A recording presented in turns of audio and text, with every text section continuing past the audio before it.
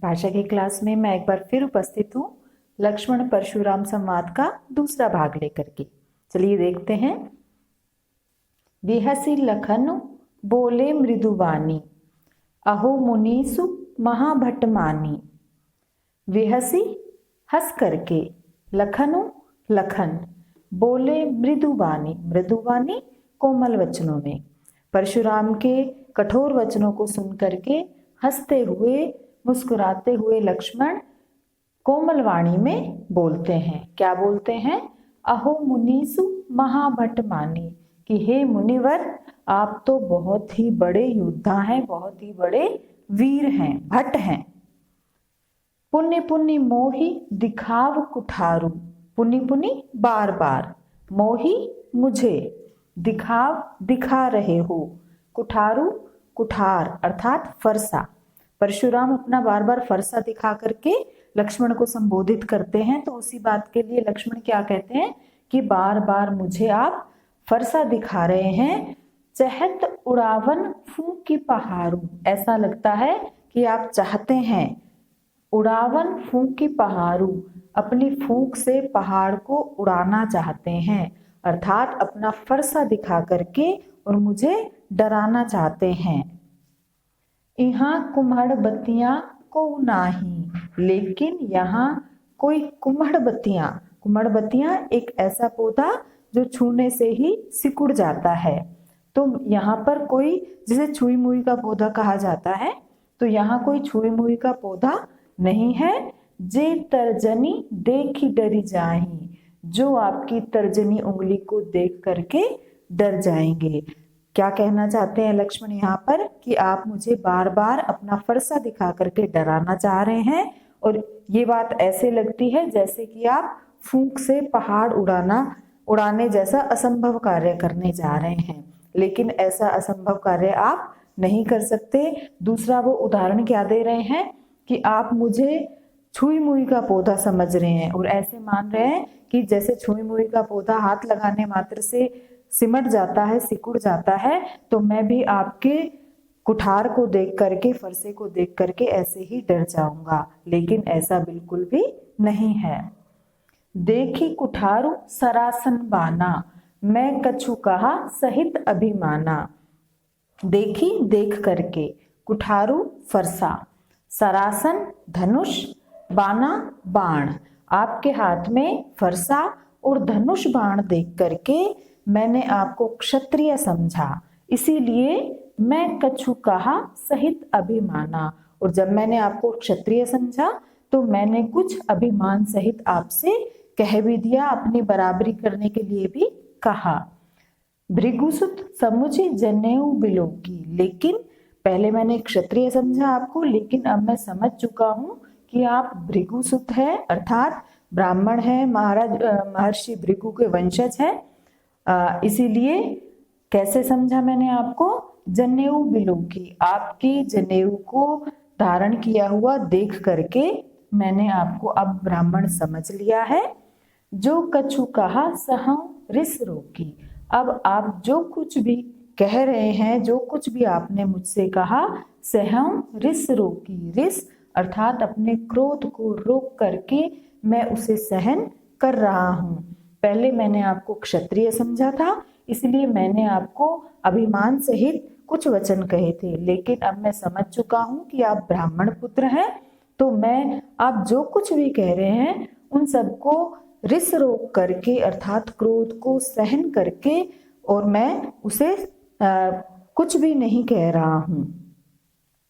सुर महिसुर हरिजन अरुगाई, सुर अर्थात देवता, महिसुर ब्राह्मण, हरिजन अर्थात भक्तगण, अरु और, गाई गाय। यहाँ क्या कह रहे हैं कि देवता, ब्राह्मण, भक्तजन और गाय। हमरे कुल इन पर न सुराई, हमारे कुल में, हमारे वंश में इन पर सुराई अर्थात वीरता नहीं दिखाई जाती है, अर्थात इन चारों पर हमारे कुल में बराबरी नहीं की जाती है, इन पर वीरता नहीं दिखाई जाती है। बधे पाप अब कीरति हारे, इन चारों को वध करने पर, मार देने पर क्या लगता है? पाप लगता है। अगर देवता, ब्राह्मण, भक्त और गाय को मार दिया जाए, जब हम बराबरी कर रहे हैं, युद्ध कर रहे हैं, तो वहां वध होना भी संभव है। तो अगर युद्ध में इनके साथ वध हो जाता है इनका, तो हमें पाप लगता है। और अपकीर्ति हारे, और इनसे हम हार जाते हैं क्षत्रिय होने के बाद, तो अपकीर्ति, हमें अपयश मिलता है, अपकीर्ति मिलती है। इसीलिए हमारे कुल में इन पर वीरता नहीं दिखाई जाती है। मारत हूं पाप परिये तुम्हारे। अब आप भी ब्राह्मण हैं, अगर आप मारत हूं, अगर आप मुझे मार भी देते हैं, तो भी पाप परिये तुम्हारे, मैं आपके पैरों में ही पड़ा रहूंगा, मैं आपसे बराबरी नहीं करूंगा, युद्ध नहीं करूंगा। कोटि कुलिस समवचन तुम्हारा, कि हे ब्राह्मण, हे मुनि, कि कोटि कुलिस, कोटि करोड़ों, कुलिस वज्र के समान, वचन तुम्हारा, तुम्हारे वचन ही इतने कठोर हैं जो करोड़ों वज्रों के समान हैं। व्यर्थ धरहूं धनु बाण कुठारा, आप तो बेकार में ही धारण कर रहे हैं धनुष, बाण और फरसे को। आपको इन्हें धारण करने की आवश्यकता नहीं है, ना तो फरसा धारण करने की आवश्यकता है, ना ही धनुष और बाण धारण करके और स्वयं को कठोर और वज्र दिखाने की आवश्यकता है, क्योंकि आपके तो वचन ही करोड़ों वज्रों के समान है। यहाँ लक्ष्मण एक के बाद एक व्यंग्यपूर्ण बातें कही जा रहे हैं, और यहाँ पे भी वो यही बात कहने जा रहे हैं कि आप व्यर्थ में ही धनुष और बाण को धारण कर रहे हैं और फरसे को धारण कर रहे हैं, आपको इन्हें धारण करने की कोई आवश्यकता नहीं है, क्योंकि आपके तो वचन ही इतने कठोर हैं। आगे देखिए, जो बिलो की अनुचित कहेऊं क्षमाहूं महामुनि धीर। अब यहाँ आकर के वो क्षमा भी मांग रहे हैं, लेकिन व्यंग्य पूर्वक।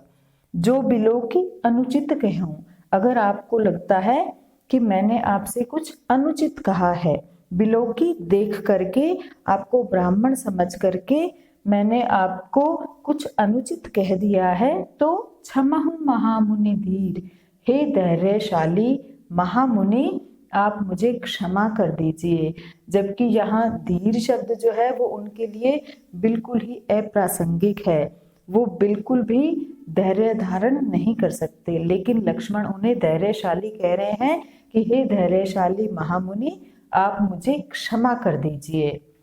सुनी सरोष भृगुवंश मुनि, बोले गिरा गंभीर। सुनी, सुन करके, लक्ष्मण के ये वचन सुन करके, सरोष, रोष के सहित, क्रोध सहित, भृगुवंश मुनि, भृगुवंश मुनि अर्थात परशुराम जी जो भृगुवंश के हैं, बोले गिरा गंभीर, गंभीर वाणी में क्रोध पूर्वक कहते हैं। आगे देखिए, कौशिक सुनहु मंद यहु बालक, कुटिल काल बस निज कुल घालक।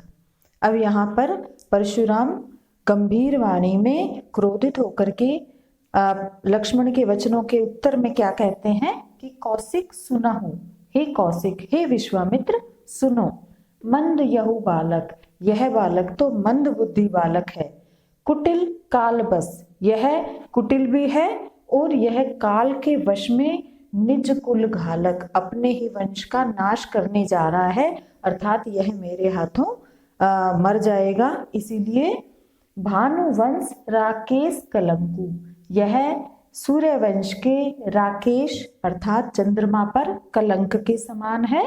निपट निरंकुश अबुध असंकु, यह बिल्कुल ही निरंकुश है, स्वच्छंद है और अबुध है, मूर्ख है। असंकु, जिसे कोई शंका नहीं है, बिल्कुल निडर बालक है। काल कवलु होई छन माही, यह काल कवल हो जाएगा, काल का ग्रास बन जाएगा, अर्थात मृत्यु को प्राप्त हो जाएगा। छन माही, एक क्षण के अंदर ही यह मेरे हाथों मारा जाएगा और काल का ग्रास बन जाएगा। कहूं पुकारी खोरी मोही नाही, परशुराम बार बार इसी बात को कहना चाह रहे हैं कि कहूं पुकारी, मैं पुकार पुकार कर इस बात को कह रहा हूं, बाद में मुझे मत कहना।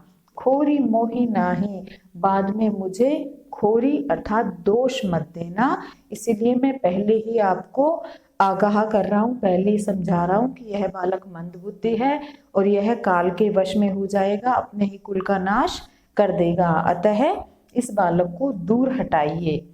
तुम्हें हट कहूं जो चहूं उबारा। अब वो विश्वामित्र से क्या कहते हैं, जो चहूं उबारा। उबारा अर्थात इसको उबारना चाहते हो, बचाना चाहते हो, लक्ष्मण को बचाना चाहते हो। तुम्हें हट कहूं, तुम ही इसे हटका दो, अर्थात तुम ही इसे रोक लो। कही प्रताप बल रोष हमारा, क्या कह करके कि तुम मेरे प्रताप, मेरे बल और मेरे क्रोध के बारे में इसको बताओ और तुम ही इसे रोको, जिससे ये अपने कुल का नाश ना करे और ऐसी बातें ना बोले। अब यहाँ पर वो क्या कहना चाह रहे हैं कि मेरे क्रोध के बारे में तुम इसे परिचय कराओ, मेरे बल के बारे में इसे बताओ, जिससे इस बालक को सही और गलत का ज्ञान हो जाए और यह मेरे सामने इस तरह की बातें ना करे।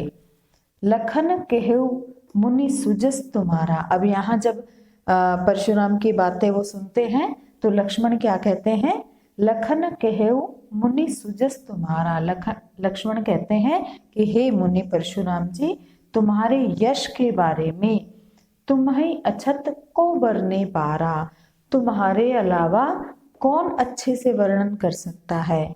अर्थात तुम्हारे यश का, तुम्हारी कीर्ति का, तुम्हारे प्रताप, बल और रोष का तुम्हारे अलावा कौन अच्छी तरह से वर्णन कर सकता है, अर्थात तुम ही अच्छे से वर्णन कर सकते हो। अपने मुंह तुम्हें आपने करनी, आप अपने मुंह से ही अपनी बार बार कार्यों के बारे में प्रशंसा कर रहे हो, अपने बारे में बता रहे हो। बार अनेक भांति बहुबरनी, अब अपनी प्रशंसा, अपने कार्यों की बड़ाई अनेकों बार कर रहे हो। भांति बहु, बहुभांति अर्थात बहुत तरीके से आपने वर्णन कर दिया है।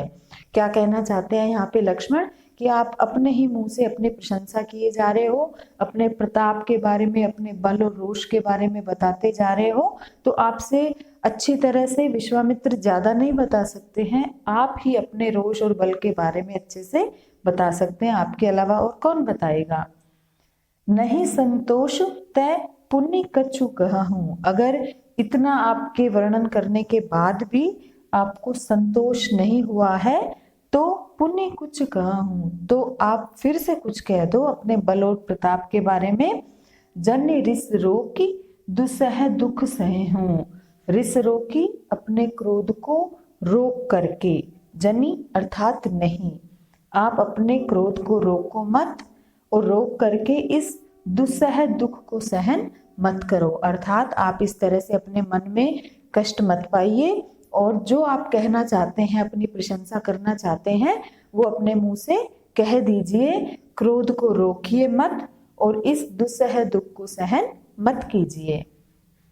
वीर व्रति तुम्हें धीर अछोभा। आप तो वीर व्रत को धारण करने वाले हैं, धैर्यवान हैं और क्षुब्ध न होने वाले पुरुष हैं।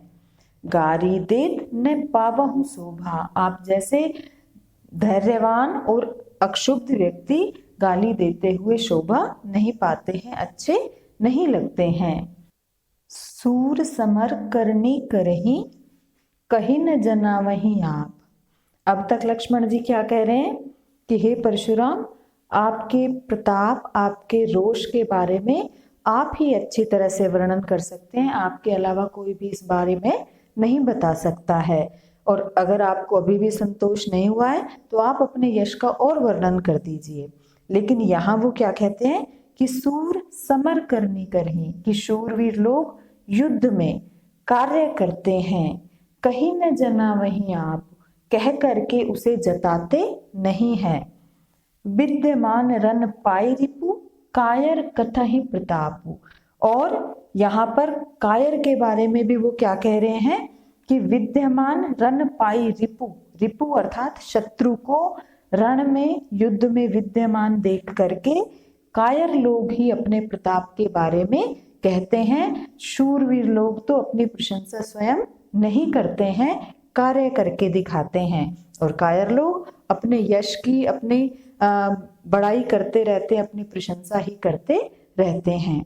यहाँ लक्ष्मण परशुराम को एक अप्रत्यक्ष रूप से कुछ और ही कहना चाहते हैं और अपने वो यह जताना चाहते हैं कि आप शूरवीर नहीं हैं, आप किस श्रेणी में हैं, यहाँ पर इस श्रेणी में हैं।